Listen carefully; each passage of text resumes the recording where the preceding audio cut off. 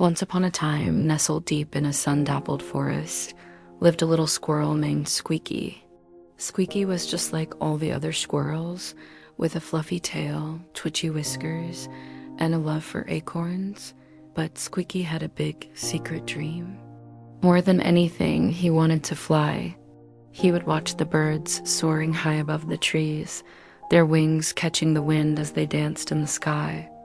"Oh, how I wish I could do that," he'd sigh, perched on the highest branch he could reach. The other squirrels would chuckle.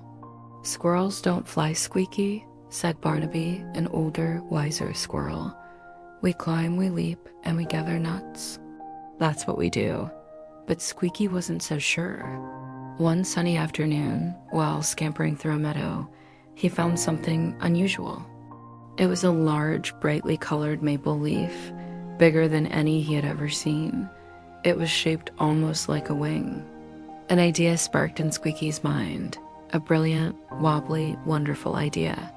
He picked up the giant leaf and scurried back to his favorite oak tree. He found another leaf just like it. Using some sticky sap from a pine tree and strong vine tendrils, he carefully attached the leaves to his back.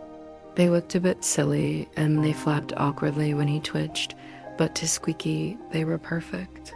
He climbed to his favorite high branch, his heart thumping like a drum. He looked down. The ground seemed very, very far away. He took a deep breath, just like he'd seen the eagles do. "Here I go," he whispered to himself. He wiggled his nose, closed his eyes, and leaped. For a moment, he didn't fly. He fell. Tumbling and spinning, the world was a blur of green and brown.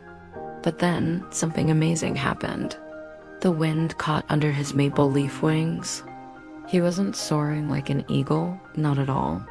But he wasn't falling like a rock either. He was gliding. He drifted gently, floating down in a wide, slow spiral. It felt like being a fluffy seed pod caught in a summer breeze. He landed softly in a pile of moss at the bottom of the tree, his heart still racing, but this time with pure excitement. He did it. He had flown.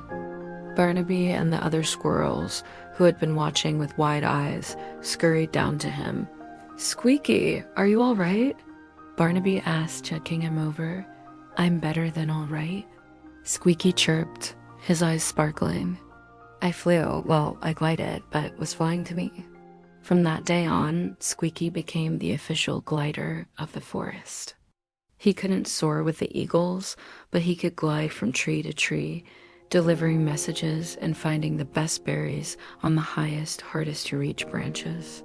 He showed the other young squirrels how to make their own maple leaf wings, and soon the air was filled with happy, gliding squirrels, all thanks to Squeaky, who dared to dream a different dream. And he learned that even if you can't fly exactly like a bird, you can always find your own special way to soar.